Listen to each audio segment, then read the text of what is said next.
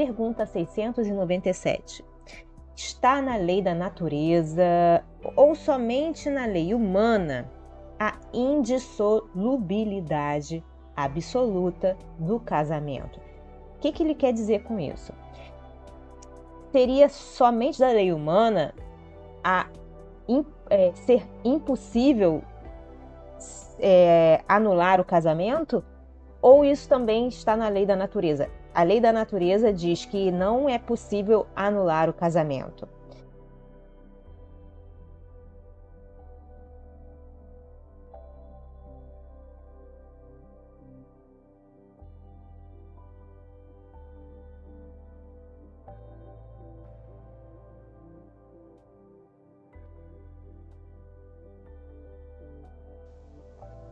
Divórcio. O divórcio, do termo latino divortium, derivado de divertere, separar-se, é o rompimento legal e definitivo do vínculo de casamento civil. O processo legal do divórcio pode envolver questões como a atribuição de pensão de alimentos, regulação de poder paternal, relação ou partilha de bens, regulação de casa, de morada, de família, embora estes acordos sejam complementares ao processo principal. Em algumas jurisdições, no caso do Brasil atual, não é exigida a invocação da culpa do outro cônjuge. Ainda assim, mesmo nos ordenamentos jurídicos que adaptaram o sistema do divórcio sem culpa, é tido em conta o comportamento das partes na partilha dos bens, regulação do poder paternal e atribuição de alimentos. Na maioria das jurisdições, o divórcio carece de ser emitido ou certificado por um tribunal para surtir efeito, onde pode ser bastante estressante e caro a litigância. Outras abordagens alternativas, como a mediação e o divórcio colaborativo, podem ser um caminho mais assertivo. Em alguns países, como Portugal e Brasil, o divórcio amigável pode até ser realizado numa conservatória de registro civil em Portugal ou tabelionato de notas no Brasil, simplificando bastante o processo. A anulação não é uma forma de divórcio, mas apenas o reconhecimento, seja a nível religioso, seja civil, da falha das disposições no momento do consentimento, o que tornou o casamento inválido. Reconhecer o casamento nulo é a mesma coisa que reconhecer que nunca tem existido. Num divórcio, o destino dos bens do casal fica sujeito ao regime de bens adotado na altura do casamento, e que geralmente em todos os países são separação de bens, bens adquiridos ou comunhão de bens adquiridos. Os países onde mais ocorrem pedidos de rompimento do matrimônio são Estados Unidos, Dinamarca e Bélgica, com índices entre 55% e 65%. Em contraponto, os países com menos incidência de separação são países extremamente católicos, como República da Irlanda e Itália, com números abaixo de 10%. Atualmente, apenas as Filipinas e o Vaticano não permitem o divórcio em seu sistema legal. Por outro lado, em maio de 2011, Malta votou a favor da inclusão do divórcio em sua legislação por meio de um referendo não vinculante, aprovando posteriormente sua legalização no parlamento durante o mês de julho, sendo o último país do mundo em legalizá-lo depois do Chile, que o aprovou em 2004. No parlamento das Filipinas, entretanto, um debate sobre uma lei potencial que incorpora em seu sistema legal começou no final do primeiro semestre de 2011. Quanto ao poder paternal, pátrio poder, ele assume cada vez maior importância no divórcio, sendo atribuído em 95% das vezes às mulheres, segundo dados oficiais de 2003, quer no Brasil, quer Portugal, Espanha e América do Norte. O casamento introduzido no Brasil no tempo do Império era regido pelas normas da Igreja Católica e o maior dogma referia-se à sua indissolubilidade. Até mesmo nas hipóteses em que se autorizava o divortium quoade torum e habitationem, que significa divórcio de cama e habitação, nessas hipóteses não havia rompimento do vínculo matrimonial. O que ocorria era apenas a separação de corpos. Com a República e a laicização do Estado através do decreto 119A, de 7 de janeiro de 1890, veio o Instituto do Casamento a perder o caráter confessional. O casamento civil foi instituído no Brasil através do Decreto número 181, de 24 de janeiro de 1890, que não tratava da dissolução do vínculo conjugal, mas previa a separação de corpos, também chamado de divórcio, contrapondo-se ao divortium coaditorum e habitationem, que era regido pelas leis da Igreja. As causas aceitáveis à separação de corpos eram adultério, sevícia ou injúria grave, abandono voluntário do domicílio conjugal por 2 anos contínuos, mútuo consentimento dos cônjuges se fossem casados há mais de 2 anos. Foram apresentadas propostas divorcistas sem êxito. No Código Civil Brasileiro de 1916, foi introduzido o desquite, judicial ou amigável, como forma de pôr fim à sociedade conjugal. A sentença do desquite apenas autorizava a separação dos cônjuges, pondo termo ao regime de bens, porém o vínculo matrimonial permanecia. A enumeração taxativa das causas de desquite foi repetida: adultério, tentativa de morte, sevícia ou injúria grave e abandono voluntário do lar conjugal, artigo 317. Foi mantido o desquite por mútuo consentimento, artigo 318. Assim, esse instituto criado em 1916 nada mais era do que o divórcio regido pelo Decreto número 181/1890, mas com outra nomenclatura, segundo Silvio Rodrigues. A palavra desquite foi introduzida no direito brasileiro com o Código Civil de 1916. O Decreto número 181/1890, que instituiu entre nós o casamento civil, ainda utilizava a expressão divórcio, embora não admitisse com o efeito de romper o vínculo conjugal, de forma que o Código Civil, fora modificações menores, nada inovou ao direito anterior, a não ser o nome do Instituto. O divórcio foi constituído oficialmente com a Emenda Constitucional número 9, de 28 de junho de 1997, regulamentada pela Lei 6.515, de 26 de dezembro do mesmo ano. A chamada Lei do Divórcio passou a designar o desquite como separação judicial, revogando o capítulo 1 e parte do capítulo 2 do título 4 do Código Civil de 1916, artigos 315 a 328, que tratava da dissolução da sociedade conjugal e proteção da pessoa e dos filhos. A lei estabeleceu a modalidade de divórcio e conversão, isto é, depois de separado judicialmente por 3 anos, o casal poderia requerer a conversão da separação em divórcio. Haveria também a possibilidade do divórcio direto, mas somente para os casais separados de fato há mais de 5 anos, em 28 de junho de 1977. É importante destacar que esse divórcio era admitido somente uma única vez.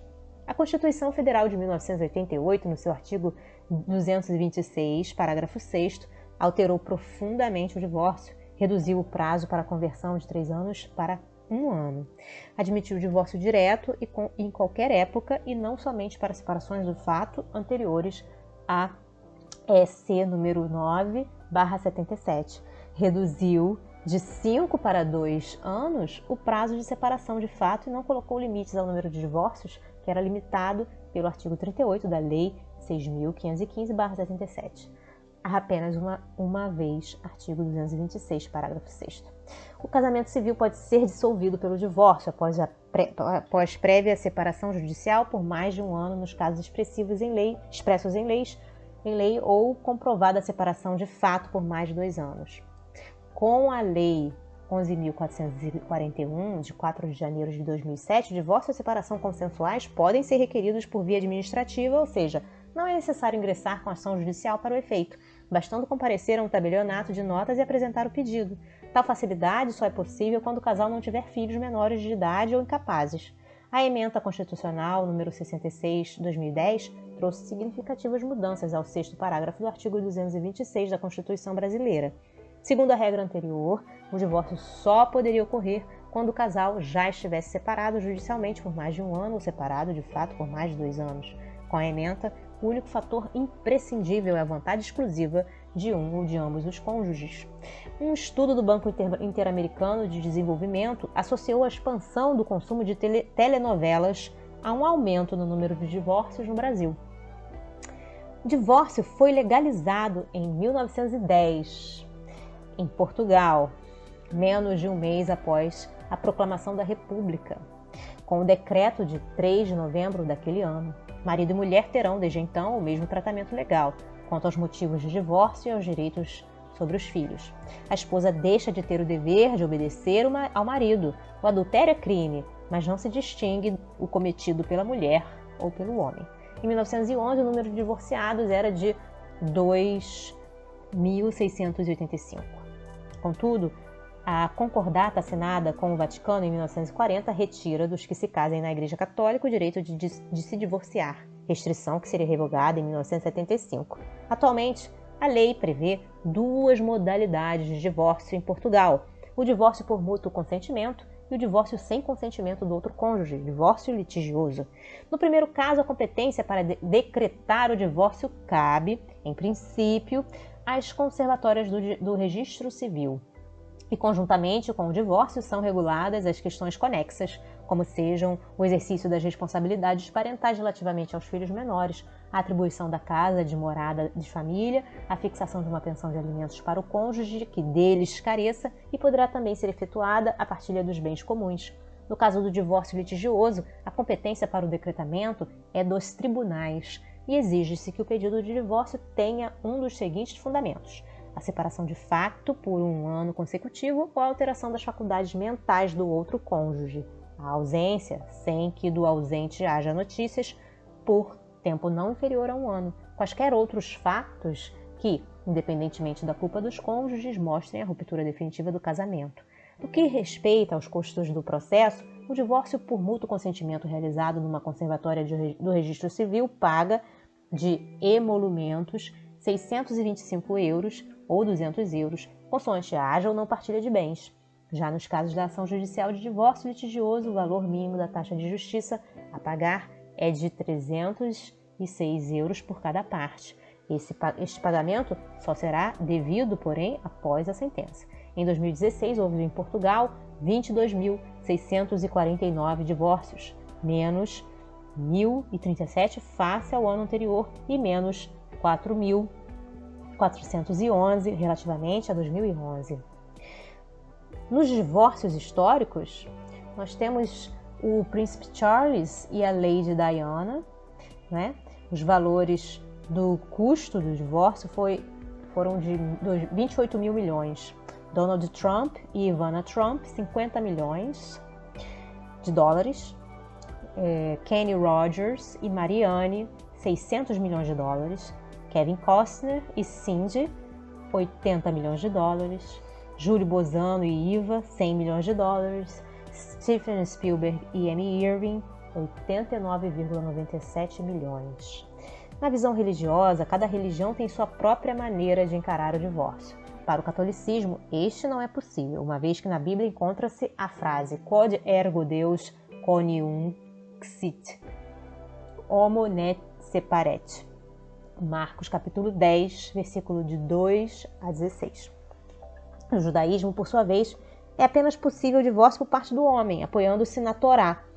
Se um homem tomar uma mulher e se casar com ela, e se ela não for agradável aos seus olhos, por ter ele achado coisa indecente nela, e se ele lhe lavrar um termo de divórcio e lhe o der na mão e a despedir de casa, e se ela, saindo da sua casa, for e se casar com outro homem.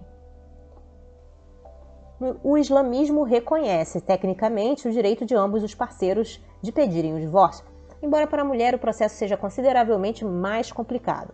Enquanto para o homem basta repetir 3 vezes "eu te repudio", para as mulheres é exigida alguma falta grave do marido. Em teoria, ela poderia pedir o divórcio pelo simples fato de não querer se manter mais na casa, através da khula. Todavia, isto é, na prática, impossível nas sociedades conservadoras. As causas, né? Um estudo anual do Reino Unido feito pelo consultor de gestão Grant Thornton estima as principais causas proximais do divórcio com base em pesquisas de advogados matrimoniais. As principais causas em 2004 foram adultério, sexo extraconjugal, infidelidade, que serviram de 27%, violência doméstica, 17%, crise de meia-idade, 13%, vícios, por exemplo, alcoolismo e jogo, 6%, alcoolismo, 6%, e outros fatores, 31%.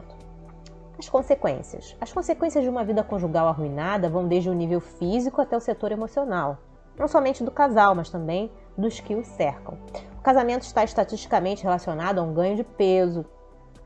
Mais estudos dizem que o divórcio também pode aumentar significativamente o peso corporal.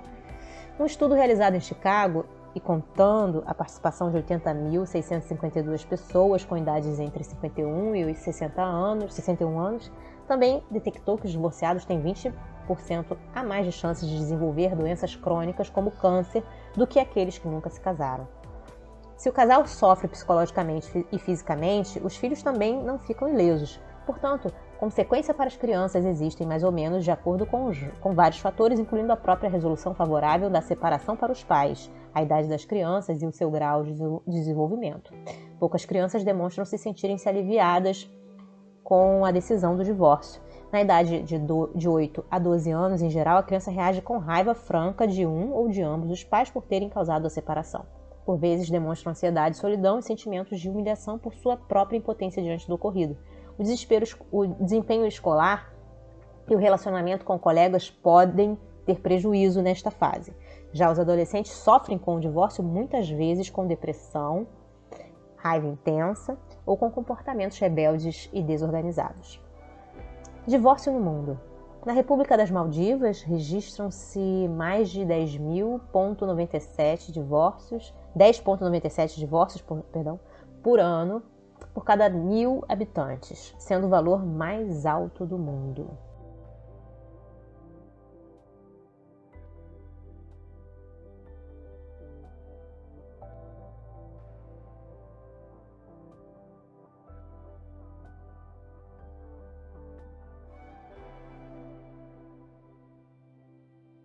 E aí os espíritos respondem: é uma lei humana essa proibição de anular o casamento. É uma lei humana muito contrária à da natureza. Quer dizer que proibir as pessoas de se separarem é uma coisa relativamente aos seres humanos e não à natureza.